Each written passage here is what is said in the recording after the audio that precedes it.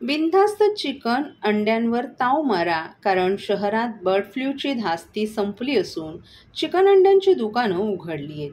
ठाणे महापालिका हद्दीत आता बर्ड फ्लूच्या एकही केस आढळून आल्या नसल्यानं ठाणे महापालिकेच्या आरोग्य विभागानं ही बंदी उठवली आहे. ठाण्याचे पोलीस आयुक्त आशुतोष डुंबरे यांच्या शासकीय निवासस्थानात पाळलेल्या कोंबड्यांना बर्ड फ्लूची लागण झाल्यानं खळबळ उडाली होती.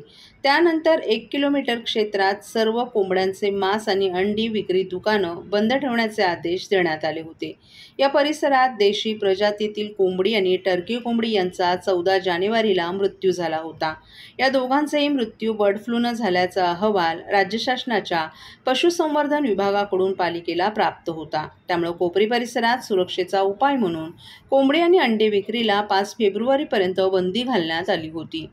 त्यानंतर भरारी पथकं नेमून शहरात सर्वेक्षण करण्यात आलं. त्यानंतर बर्ड फ्लूच्या केसेस आढळून आल्या नसल्यानं चिकन आणि अंड्यांची विक्री सुरू करण्याचे आदेश पालिकेच्या आरोग्य विभागाच्या वतीनं देण्यात आलेत. सर्वेक्षण क्षेत्रात सर्व अंडी आणि चिकन मांस विक्रेते यांना स्वच्छता बाळगण्याबाबत समज देण्यात आली होती. भरारी पथकानं 1 किलोमीटर क्षेत्रातील 21 बॉयलर कोंबड्या आणि 200 अंडी नष्ट केली होती. त्यानंतर 15 ते 17 जानेवारीला सर्वेक्षण करण्यात आलं. यामध्ये एकूण 127 ठिकाणी तपासणी करण्यात आली, तर 75 नमुने पालिकेनं घेतले होते.